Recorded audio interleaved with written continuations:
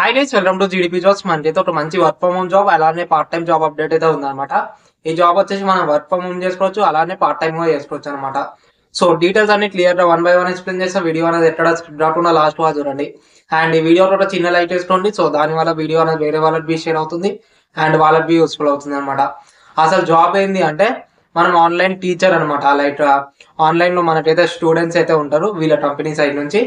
So మనమైతే online లో teaching అయితే చెప్పాలన్నమాట. ఏ సబ్జెక్ట్ చెప్పాలంటే ఇంగ్లీష్ సబ్జెక్ట్ అనమాట.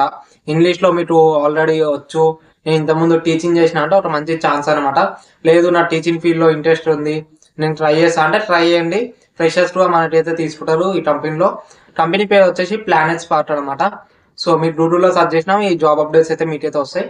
సో వీళ్ళకైతే ఆన్లైన్ ట్యూషన్ టీచర్స్ ఉంటారు కదా, సో వాళ్ళ రిక్వైర్మెంట్ అయితే ఉంటుంది. వీళ్ళు పార్ట్ టైం అరేంజ్ చేసుకుంటారు, ఫుల్ టైం అరేంజ్ చేసుకుంటారు అండ్ ఫ్రీలాన్సర్ లెటర్ చేసుకుంటామంటే ఫ్రీలాన్సర్ లెటర్ అరేంజ్ చేసుకుంటారు అనమాట. మీ స్కిల్స్ మీద డిపెండ్ అయ్యి మీకైతే శాలరీ అయితే ప్రొవైడ్ చేస్తారు. అండ్ మీకు 1 hour బేసిస్ వస్తాయి అనమాట. ఒక 1 hour మీరు ట్యూషన్ చెప్తే లైక్ $5 to $10 అలా మీకైతే అర్న్ చేసుకోవచ్చు అనమాట. సో ఇవి జాబ్ అనమాట.